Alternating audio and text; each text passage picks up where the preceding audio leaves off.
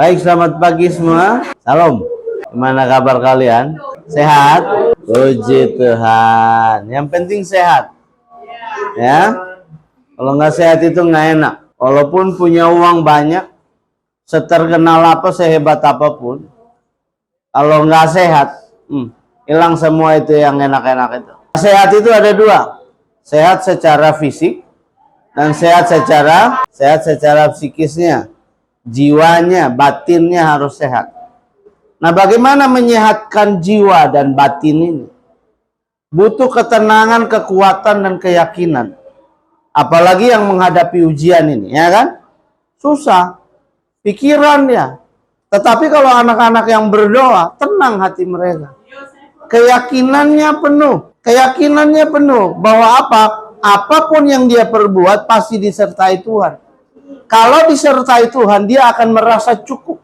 Orang kalau disertai Tuhan, apapun keadaannya, dia akan merasa cukup. Tapi kalau orang tidak bersama-sama Tuhan, selalu cemas, terintimidasi, takut, khawatir. Kalau terjadi ini, kalau terjadi itu, dia selalu bimbang, ragu. Kenapa? Hatinya nggak sejahtera. Gimana obat hati sejahtera? Dipimpin, dibimbing, disertai, diarahkan oleh Tuhan.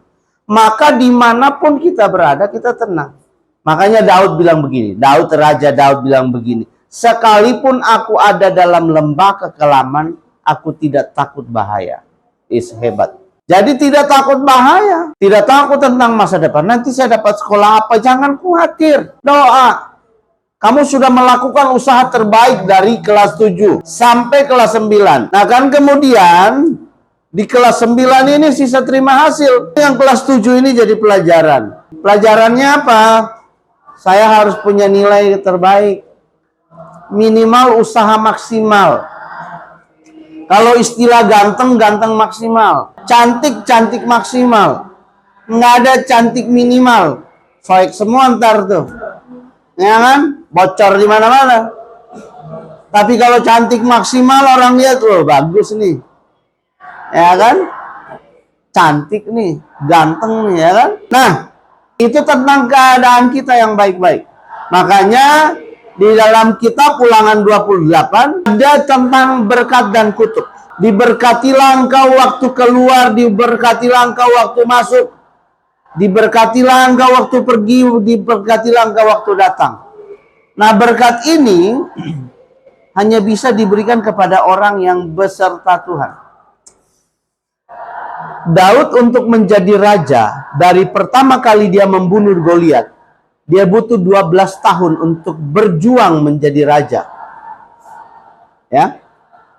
Jadi Raja Daud itu tiba-tiba jadi raja.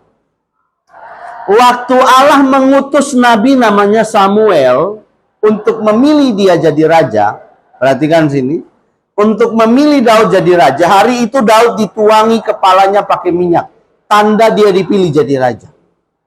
Tetapi semenjak hari itu sampai 12 tahun kemudian baru dia jadi raja. Itu namanya proses.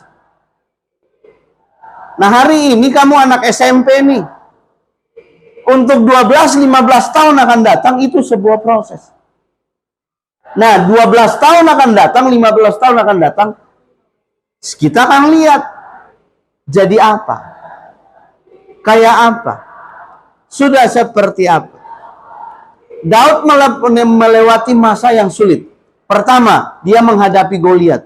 Setelah menghadapi Goliat, dia mulai ikut perang, menang perang. Tapi setelah menang perang, dia mulai dimusuhi oleh rajanya namanya Saul. Saul memburu dia kemana-mana untuk dibunuh. Tetapi 12 tahun kemudian, dia jadi raja menggantikan Saul. Ada kisah lagi tentang Yusuf. Yusuf dari hari pembuangannya sampai dia jadi Perdana Menteri, dia butuh 13 tahun menderita. 13 tahun menderita. Yusuf itu, dia mulai dari hari dia dibuang ke dalam lubang itu, dan dia dibeli oleh kafilah dari Mesir, dia butuh 13 tahun berproses hidupnya. Nggak tiba-tiba suddenly ujuk-ujuk sekonyong-konyongnya jadi orang, nggak bisa. Hari ini kamu butuh proses perjuangan yang tidak mudah. Ada air mata, ada kerja keras, ada perjuangan, ada namanya sakit hati, ada namanya ditekan, diperlakukan tidak adil. Itu perjuangan menuju berhasil. Dan kita nggak tahu berapa tahun dari hari ini kamu akan melihat itu lagi nanti. Ada namanya Abraham. Untuk dapat anak, dia dijanjikan anak waktu umur 75 tahun. Kemudian 25 tahun kemudian baru dia dapat anak. Abraham harus menunggu 25 tahun dengan iman dan proses. Sampai dia berbuat kesalahan. Dia ambil pembantu dari istrinya untuk dijadiin istri. Namanya Hagar. Gara-gara dia ambil istri dari pembantunya ini, maka lahirlah keturunan itu. Yang kemudian kerjanya ngajak ribut mulu. Anak dari Abraham dari istri yang tidak sah itu namanya Ismail. Apakah Ismail diberkati Tuhan? Iya, diberkati. Tapi apakah Ismail anak perjanjian? Bukan.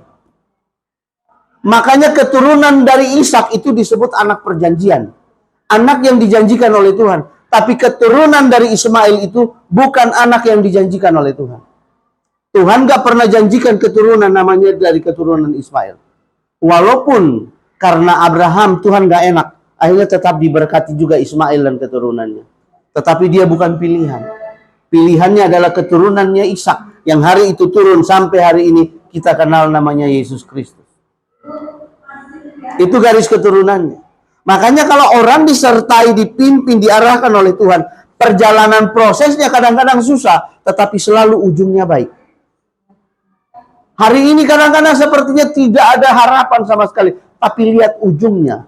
Karena proses adalah sebuah peristiwa antara ujung satu dan ujung yang lain. Antara ujung A dan ujung B. Di tengah-tengahnya itu disebut proses. Ada 0, ada angka 100. Dari angka 2 sampai 99 itu proses. Jadi dia melangkah naik sampai pada puncaknya disebut angka 100. Nah, manusia sampai puncak keberhasilannya itu dia butuh proses langkah demi langkah.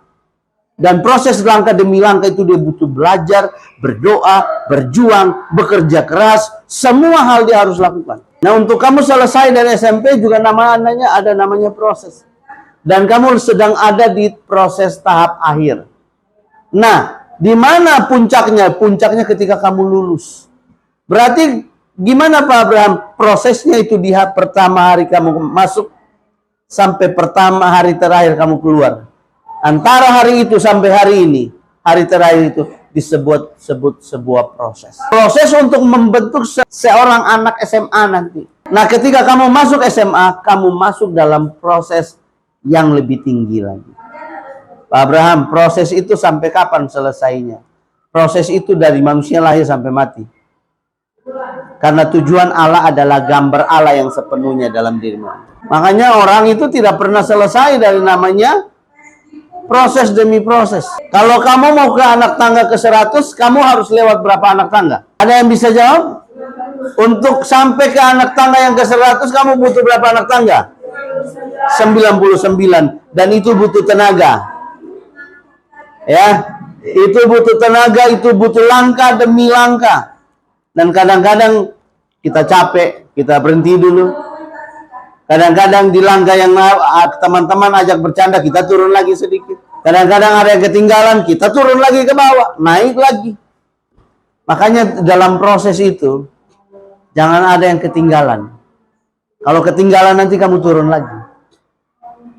Ketinggalan karakternya, proses karakternya nggak selesai, turun lagi tuh. Jadi naik tangga, naik terus harusnya. Sampai puncak yang tertinggi. Nah, waktu kamu sampai anak tangga ke 100, orang akan lihat, oh iya dia berhasil ya. Orang bisa tepuk tangan dan berkata, orang itu hebat. Kenapa? Dia proses lewat anak tangga. Nah, hidup itu kayak gitu prosesnya.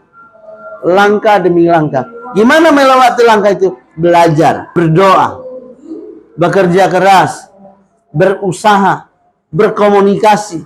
Bahkan kita harus melawan musuh. Nah, itu nggak enak. Jadi perhatikan, hari ini adalah proses yang akan terus berjalan. Nah, 3 tahun akan datang kalian akan menyelesaikan SMA. Masuk kepada proses yang paling tinggi tuh. Proses perkuliahan. Selesai, kamu jadi orang yang siap untuk digunakan menjadi tenaga kerja terbaik. Nah, di situ kamu mulai menikmati masa keemasan hidupmu. Jadi, prosesnya berapa tahun lagi Pak Abraham? 3 tahun tambah 4 tahun, 7 tahun lagi. Maka kamu mulai yang namanya take off. Naik. Untuk apa? Menikmati.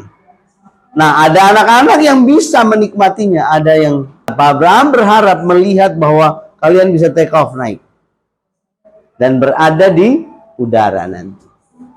Ada yang bisa jadi pramugari, bisa. Ada yang bisa jadi pengusaha, bisa. Ada yang jadi seniman. Ada yang jadi hamba Tuhan. Atau apapun, you bisa, you name it lah. Tetapi butuh 7 tahun, bahkan belasan tahun dari hari ini. Untuk bisa melihat, oh Abed sudah jadi. Jadi apa? Jadi berhasil. Oh, Audrey sudah jadi. Jadi apa? Jadi, ya, bisa. 12 tahun dari sekarang kita ketemu Fania. Oh, Fania udah berhasil. Ivana udah berhasil. Esther 12 tahun dari sekarang. Cika 12 tahun dari sekarang. Kita ketemu, udah berhasil. Satrio, kita ketemu 12 tahun akan datang. Udah berhasil. Maria, Kalita, kita ketemu 12 tahun akan datang. Apa? Margaret, 12 tahun dari sekarang dia udah berhasil. Ya, Pak Abraham nggak tahu kalau 12 tahun dari sekarang lagi udah seperti apa. Bisa saja kan, ya namanya manusia berubah ya. Berubah. Ada yang bisa ke kota lain, ke provinsi lain, bahkan ke negara lain. Ada yang bisa ke Australia, ada yang bisa ke Korea dan sebagainya. Kemudian kita bisa ketemu suatu saat, oh iya, Tuhan telah membuat perkara baik dalam hidup. Ya? Jadi itu kita bisa melihat semua itu. Baik, kita akan selesai. Mati ini dan